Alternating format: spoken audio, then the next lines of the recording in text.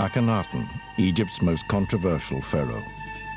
Over 3,000 years ago, this turbulent king began a revolution, overturning centuries of Egyptian belief. But his great experiment died with him, and in the resulting backlash, his successors tried to erase his name from history.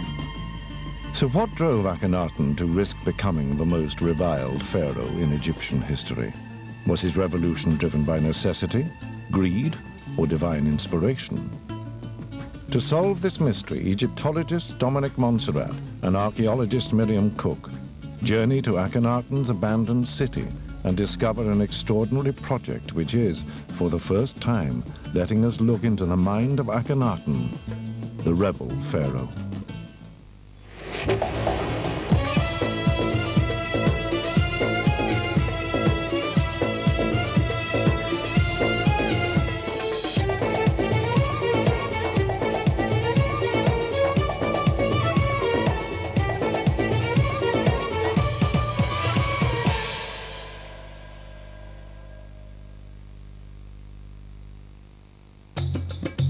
Akhenaten should have been just another in a long line of pharaohs. But instead, just 5 years into his reign, he suddenly and inexplicably decided to change everything. Banishing the old gods and closing their temples, he announced that one god now ruled Egypt. And as if to draw a line under the past, moved his capital and 50,000 of his subjects to a new city he ordered to be built hundreds of miles from their old homes. But why? What clues remain to one of the greatest Egyptian mysteries must still lie in the ruins of his lost city. So this is where the Egypt detectives decide to begin their search.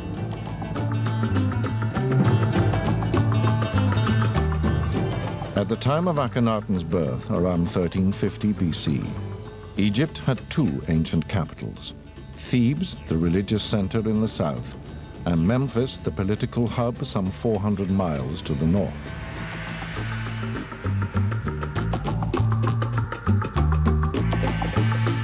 But when Akhenaten came to build his new capital at a site now known as Amarna, he inexplicably placed it as far from these old seats of power as possible on this isolated desert site.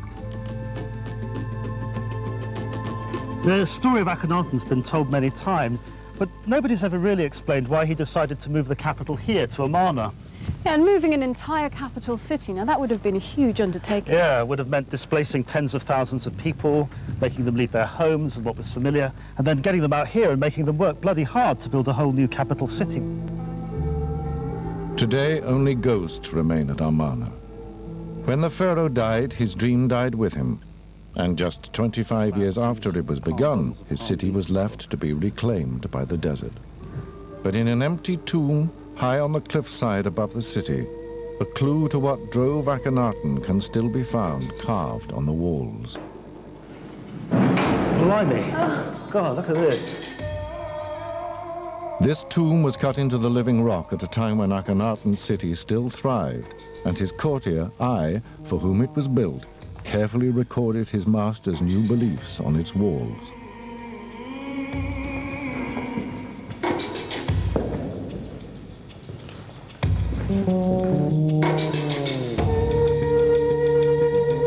This is the face of Akhenaten. Take a look on that wall there.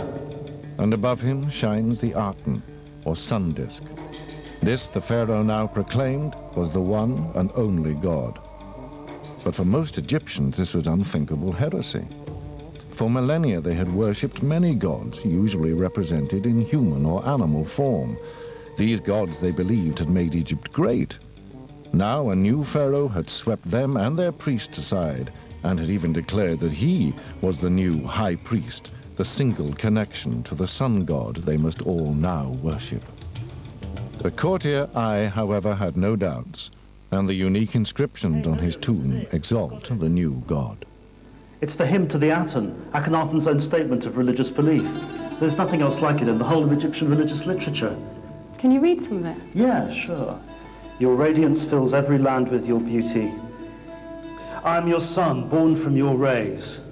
So a kind of manifesto? Yeah, you could put it that way. In this hymn to the Aten, Akhenaten set out his new ideology. He told his people that there was now just one all-powerful god, the Aten, to whom he alone could provide access. This was the one simple truth. But was this divine inspiration or Machiavellian cunning? Miriam and Dominic decide to head south to the city where Akhenaten grew up to see if the roots of his conversion can be uncovered there.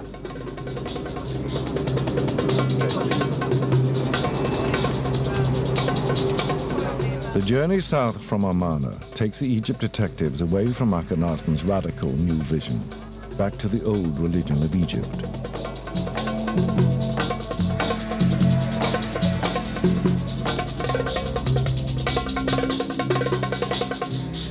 At Thebes, the great Temple of Karnak was the center of the royal cult of Amun and a focus of the old Egyptian religion whose history, even then, stretched back thousands of years.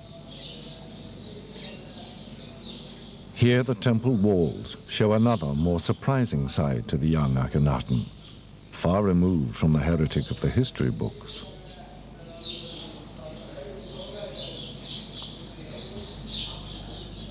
Well, here's Akhenaten, or what's left of him. But he looks just like a traditional pharaoh. Look, he's smiting the 9 enemies of Egypt. That's a very standard image. Yeah, and another standard thing is the inscription at the top, which talks about him worshipping Amun. So what happened? Well, conventional images like this date from the beginning of Akhenaten's reign, but within the next couple of years, things begin to change completely. Akhenaten had taken the throne not in that name, but as Amenhotep IV, a name which honored the god Amun worshipped at Karnak. But all was not well between the royal house of Amenhotep and the religious house of Amun. By the time of Akhenaten's accession, the large temples had become as rich and powerful as the pharaoh. Could Akhenaten's sudden conversion to Atenism have as much to do with the politics of this power struggle as with divine inspiration? Dominic has found an archaeologist who thinks it might. There was a problem between the Amun priesthood and the kingship, with the priests jockeying for ultimate power. And by the time Akhenaten comes to the throne, this has been going on for several generations. And it was obviously something which Akhenaten had decided to grapple with and solve once and for all. So Akhenaten's religious revelation actually had some very practical benefits for him. In his new religion, he was the only high priest, the only channel of communication with the one and only God. The priests of other gods were now irrelevant and powerless, and where better to assert his power than outside the wealthiest temple of them all, at Karnak. If you go up there, you might get a better view of it.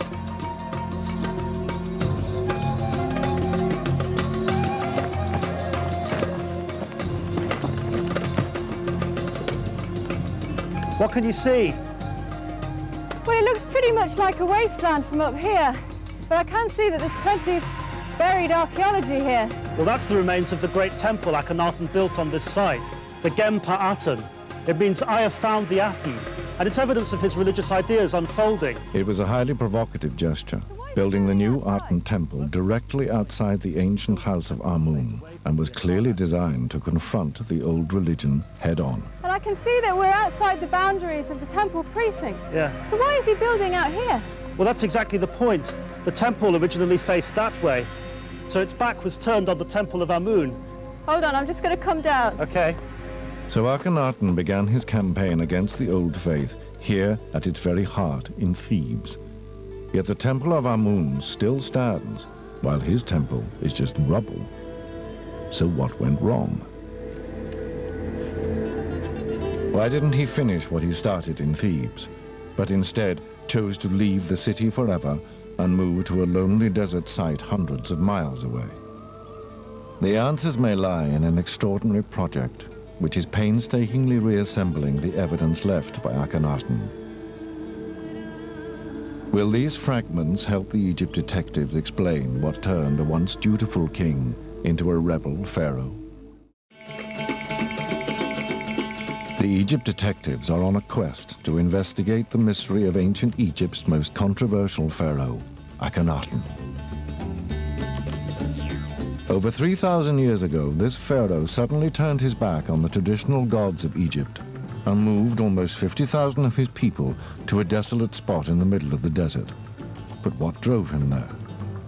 Piety? Power? Or panic? The answer to this question is now coming to light in an archaeological project that is reconstructing the story in Akhenaten's own words, using records found hidden within the walls of the Karnak Temple at Thebes. This gate was constructed over a decade after Akhenaten's death, but at its heart lies a clue to the fate of that pharaoh's dream. The core of this building is made up of unusually small blocks called talatat. Goodness. Wow, this is amazing. It is. So this is the Akhenaten Temple project? Yes, the results of that, yes. But these talatat are not just ordinary stones. They had a life before they were used in the gateways of Karnak, as the decorated walls of the great Aten temple, demolished soon after Akhenaten's death. On their side lie clues to the real story of the rebel pharaoh. Professor Don Redford has the job of analyzing this elaborate jigsaw, and Miriam has joined him at the warehouse where the blocks are stored. What are talatat? That's the term we apply to a standard size block 52 centimeters long by 26 wide.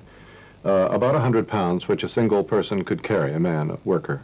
How do they compare to a normal building block?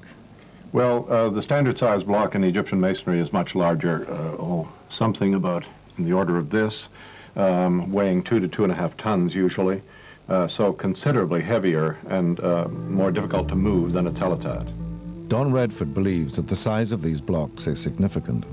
Akhenaten was in a hurry to build his temple, and these smaller blocks meant his builders could work fast. Certainly they speeded up the work, and Akhenaten seems to have wanted that. The workers were being forced to work so quickly that design and layout sometimes was faulty, and it seems rather sloppy work. Do you get the sense of an impulsive character behind this building technique?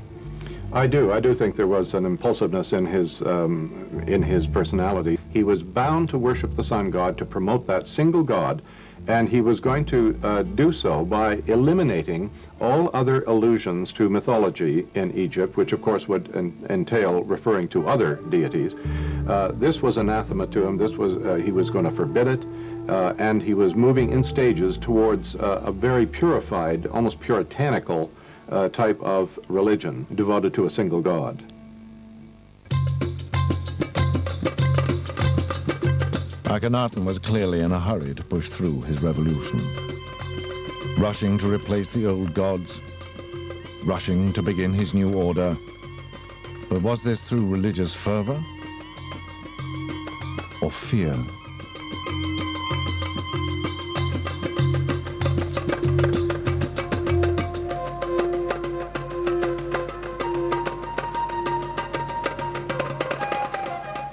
This is Pylon 10, a huge gate that once guarded the Karnak temple.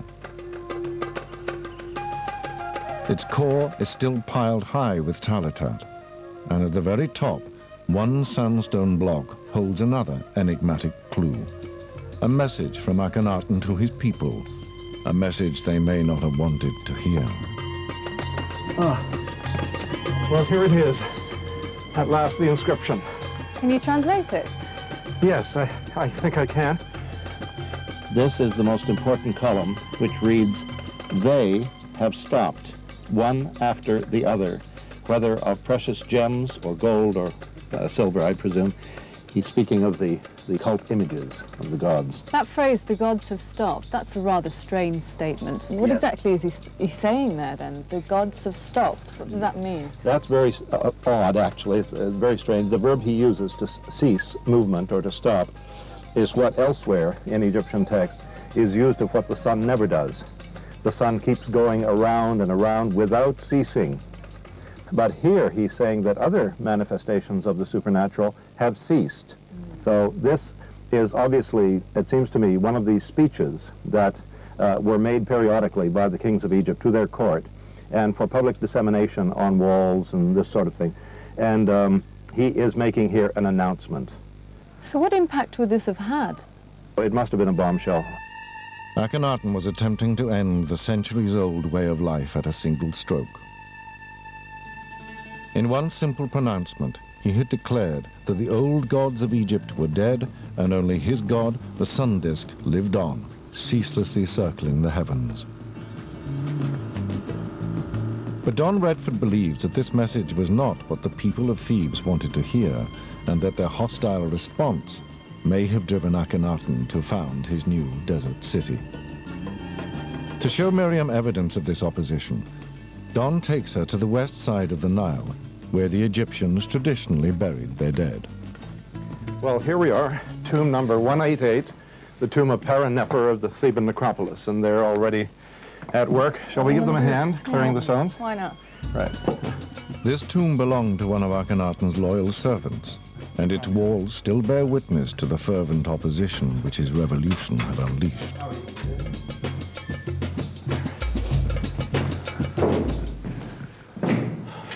Wow, it's really damaged, isn't it? Oh, yes. About 80 years ago, a family lived here, and their cooking fires covered the ceiling with soot.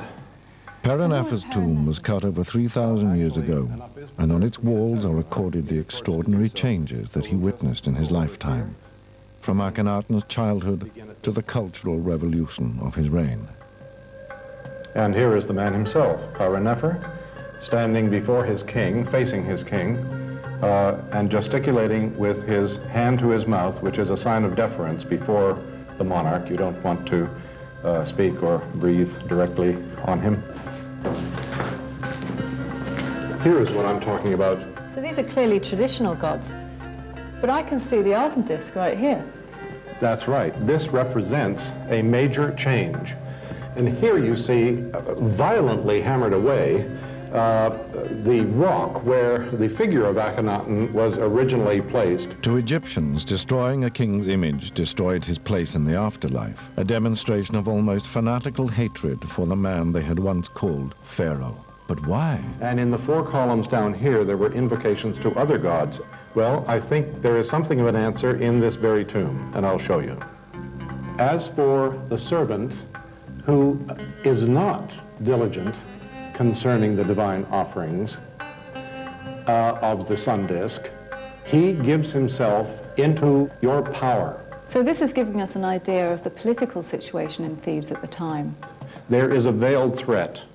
The servant who is not diligent, who is lax about the new program that the king is instituting, is going to give himself into the power of God, and that's for ill. Well, I can show you that if we go down the wall over here. Akhenaten intended to convert his people by threats, not faith. Here is Nefer, seated on a chair with his servants and secretaries in front of him. But this revolution affected more than just his people's beliefs. It was destroying their livelihoods. But the measuring for the sun disk is in superabundance. In fact, the incomes, the endowments are being diverted from all the other gods' temples into the new temple of the sun disk. What he was doing was really throwing people out of work in all the other temples, and it was building up a considerable amount of resentment against him. Ordinary people faced financial disaster as their employers, the temples, were closed down. Akhenaten now had the temple's money, but that was also his people's income. The Egyptian temples were the powerhouses of the Egyptian economy. So if someone like Akhenaten comes along and closes down all the temples and takes over their assets, then this is making quite a considerable economic statement, and it is economic suicide. In breaking the power of the temples, the pharaoh was bankrupting his people, and it seems neither the priests nor the thousands of people they employed were prepared to accept this lying down. For all his power, Akhenaten couldn't change Thebes fast enough.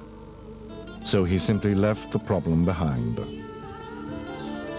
He abandoned the old city with all its reminders of the old religion, abandoned his own temple outside Karnak, and headed off to the desert site of Amarna, where a vision told him to found a new capital.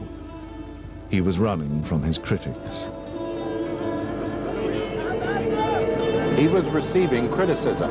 It was not veiled criticism. These were evil words, as he characterizes them. He simply cut and ran and created this new sort of dream city of his in the waste of the desert, where he could be his own man, put down his own roots, and he didn't have to deal with anyone. At Amarna, there is evidence to support this idea. Akhenaten's own words, inscribed on tablets erected on the city boundaries, read like the words of a frightened man. It was worse than those things heard by any kings who had ever assumed the white crown. So Akhenaten hadn't moved his capital to Amarna purely from choice. He had begun his revolution at Thebes, but in Thebes it had started to go wrong. Now he was afraid, and probably with good reason. I think one can interpret this as indicating that there was some opposition to Akhenaten's plans, which could even have manifested themselves in an assassination attempt at the king. An assassination attempt would have been the ultimate challenge to Akhenaten's power base, leaving him no option but to leave Thebes and head into the desert to create his new city. This is a new and startling portrait of a unique pharaoh. A man whose impetuous desire to establish ultimate power nearly wrecked his country's economy and left him haunted and hunted. King of a dreamlike desert city that would prove little more than a mirage. Miriam is convinced by this practical explanation, but Dominic still sees in Akhenaten's work the hand of a man divinely inspired. Well, I prefer the idea of Akhenaten as a practical politician. He's a man driven by circumstances rather than being a grand thinker. It's tactics. He's not strong enough to implement the changes he wants to here at Thebes, so he moves to Amarna. I think we've just got completely opposing views. That's not the Akhenaten I know. But will we ever know the real Akhenaten, Dominic? To look into the mind of Akhenaten is still to look into an enigma. Shortly after his death, his own heirs began a full and terrible backlash against his revolution. His temples were destroyed, his image removed from every building, document, and painting that could be found.